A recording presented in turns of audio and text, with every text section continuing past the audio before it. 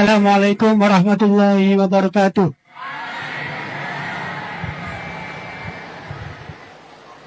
Langsung saja, ngapunten Gus. Di sini ada beberapa pertanyaan yang agak masih grundel di hati gitu. Soalnya belum dapat jawaban. Yang pertama mengenai dari tadi penjelasan dari Gusti Allah menciptakan hamba di dunia ini, ada yang taat dan ada yang suka bermaksiat gitu. Mengenai takdir Allah Subhanahu wa Ta'ala, Allah menciptakan hamba-hambanya dengan variasi yang berbeda. Kemudian manusia diciptakan dibekali dengan akal untuk membedakan dari setan dan juga malaikat. Kemudian pertanyaan saya, dulu mana Gus antara takdir yang ditentukan oleh Allah atau pilihan akal kita gitu. Begitu intinya. Soalnya kan bukan kalau orang bermaksiat kemudian dulu mana Allah menentukan dia bermaksiat atau akalnya yang memilih untuk bermaksiat. Itu pertanyaan yang pertama. Untuk pertanyaan yang kedua, ngapunten. Untuk pertanyaan yang kedua, intinya kan tadi istihad daripada ulama itu menentukan hukum yang berbeda-beda. Terus kemudian kita sebagai yang hanya tabik saja mengikut, itu bolehkah? Kan dari kata guru saya, kalau hukum fikih itu yang ringan-ringan disebarkan nggak apa-apa. Tapi yang berat-berat dipakai sendiri gitu. Tapi biasanya kan kita kebalikan. Yang ringan-ringan soalnya kita tahu ilmunya, kita yang pakai. Terus kalau ada orang yang tanya, biasanya kita yang kasih yang jawaban yang berat-berat daripada hukum fikih. Jadi yang saya tanyakan, kalau berpindah hukum dari awalnya ikut imam ini, terus kemudian ikut imam ini, itu bagaimana batasan-batasannya gitu. Syukron. Baik, terima kasih. Jadi pertanyaan yang ringkas disampaikan cukup panjang. Ini langsung dipun jawab nopon. Oke, monggo, Kiai. Ini tadi hoax itu, saya waktunya tinggal 10 menit, enak saja. Tidak, saya nanti langsung itu, mungkin langsung ke Jogja, kan jadwalnya itu saya memang ke Jogja. Baru ini saya ke Jogja naik pesawat, gara-gara hormat ke Mas Bugen. Sepanjang hidup saya nggak pernah ke Jogja naik pesawat, baru ini nanti rencananya naik. Karena tak hitung kalau pakai kereta atau bis nggak menangi ngaji di Jogja. Saya jadwalnya ngaji di Jogja nanti jam 4:30. Begini, itu pertanyaannya betul tadi, itu ngawur betul itu. Karena begini ya, masalah qadha qadar itu kan sudah dibicarakan semua ulama di kitab-kitab. Satu, kita ngikuti ahlul hakikah. Idza dzikiral qadar famsiku. Kalau qadha qadar sudah dibicarakan famsiku, kamu harus diam di situ.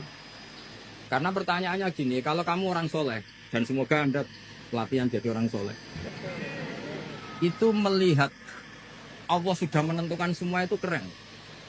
Saya bangga punya Tuhan yang sudah tahu nasib saya kayak apa nanti.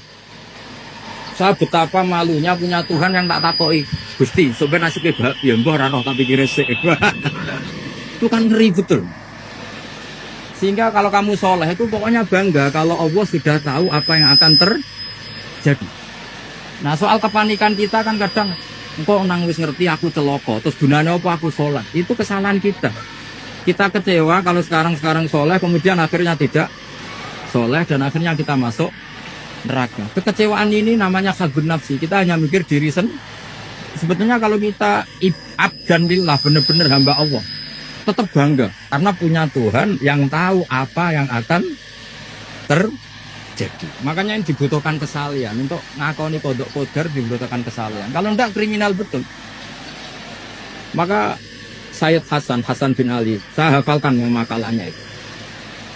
Di antara aturan iman harus iman sama qada qadar. Untuk menunjukkan innahu la yuqsa kurhan wa la yughlabu kurhan, kata beliau. Supaya kita tahu bahwa Allah itu tidak dimaksiati secara terpaksa.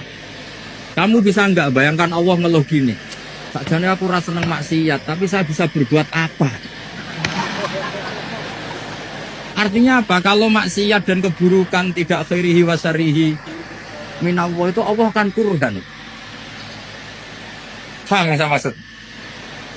Artinya apa? Kita harus berkeyakinan khairihi wa syarrihi minallah.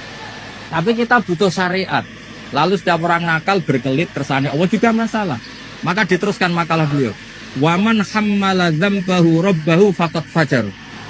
Dan siapa yang menimpakan dosanya atas nama Tuhannya, maka faqad fajar. Dia latut betul. Sing zina kuwi ya Allah kan gak melok zina, sing maling kuwi ora melok maling. Sing beto bak-bak kuwi ora tau beto. Terus kowe muni kabeh krana Allah itu kriminal betul. Jadi makanya orang soleh itu harus hafalannya banyak supaya niru-niru orang soleh itu. Ini kan ingin soleh tapi pakai akalnya sendiri. Itu bahaya dalam agama, karena agama itu harus ada riwayat. Makanya beliau menyebut 2 kali. Siapa yang tidak meyakini khairihi wa syarrihi minallah, maka dia faqad kafar. Karena seakan-akan di dunia ini waqa'a fi mulkihi ma la yuriduhu. Kalau kamu bilang syar tidak minallah, berarti waqa'a fi mulkihi ma la yuriduhu, di kerajaannya terjadi sesuatu di luar kehendak. Tapi waman hammala dzambahu rabbahu faqad fajar. Orang yang menimpakan dosanya ditimpakan karena Allah, maka faqad fajar. Dia lanjut betul. Allah tidak ikut maling, tidak ikut zina, tidak ikut korupsi kok. Oh, ini kehendakmu. Nah, kalau kamu bisa paham itu, ya sudah jadi orang soleh saja. Kalau enggak, ya pilih wa amsiku tadi apa? Sudah, tidak usah dibahas. Jadi saya mohon semua yang dengar ngaji saya ini, yang enggak tobat supaya tobat, yang sudah tobat ditambahi ilmu, karena biasanya tobat itu ya karena enggak ngerti apa-apa, semua mikir. Itu makalnya Sayyid Hasan bin Ali, cucunya Rasulullah SAW, dan itu diamini oleh semua ulama. Saya pernah ditanya seorang rektor, enggak terima dosen, enggak terima mahasiswa, rektor. Tanya, Gus, yang benar itu Jabariyah apa Qadariyah? Jawaban saya lucu. Sementing soleh dulu. Kalau setelah soleh kamu enggak apa-apa, Jabariyah atau Qadariyah. Karena setelah kita soleh, perasaan kita gini. Qaddaronillah ala sholat. Saya bisa berbuat apa di depan kehendak Allah. Sehingga perasaannya orang soleh ketika mengatakan al-abdu majbur adalah mengatakan la haula wa la quwata. Asal soleh loh ya, asal soleh. Tapi kalau orang itu tidak soleh, dijawab apa saja ya brengkel loh. Umumnya nanti ini ratau tenang sama Allah. Qadariyah juga sama, ini penting. Misalnya ada orang soleh Qadariyah, mesti cara berpikir, oh pangeranku adil ya, sing sholat digajar swarga, sing zina diganjar neraka. Sing ora nyolong digajar swarga, sing nyolong digajar neraka, kan adil. Mosok sing nyolong dilebokno swarga, sing sholat dilebokno neraka, kan jadi lucu. Artinya ketika dia Qadariyah juga ingin membaca hikmahnya Allah bikin aturan. Asal soleh sama lagi asal. Jadi orang itu setelah soleh itu bisa improvisasi sendiri. Makanya ini pentingnya ayat innalladzina amanu wa amilus sholihat yahdihim rabbuhum biimanihim. Orang setelah iman nanti akan ditunjukkan oleh imannya untuk mengelola was-wasnya sehat. Misalnya saya itu termasuk dia yang terkenal kalau diundang susah. Karena saya fanatik fikih, saya punya ibu, saya punya pondok, itu artinya punya kewajiban. Yang bisa mengalahkan kewajiban adalah kewajiban sing akbar, yang lebih besar. Nah ini mau diundang mahasiswa ini kan jelas tidak akbar. Nanti maksudnya tarkul wajib di ajli sunnah. Wah kriminal saya. Meleburi bapak meninggalkan wajib demi sunnah. Ya jelas ya. Jadi kita harus terlatih dengan bahasanya orang-orang soleh. Kalau tidak masalah besar, masalah qadar zaman sahabat itu juga terjadi perdebatan. Terus ada yang cerita, ada riwayat idza dzukira ashabi fa amsiku wa idza dzukira al-qadar fa amsiku. Kedua masalah istihad fikih ya, itu enggak apa-apa, memang dari awal furu'iyah kan. Dari awal furu'iyah. Kalau nuruti istihad gini, kalau ada mahasiswa tanya sebaiknya dijawab apa enggak. Mungkin sebagian narasumber sebaiknya dijawab biar marun. Sebagian narasumber sebaiknya enggak usah dijawab. Wong mahasiswa ben pinter kok apa-apa takok. gak mandiri. Itu namanya istihad. Jadi kalau furu'iyah itu mungkin sekali. Ya ini saya masih punya waktu 2 menit, masih satu pertanyaan itu hoax tadi yang 50 menit.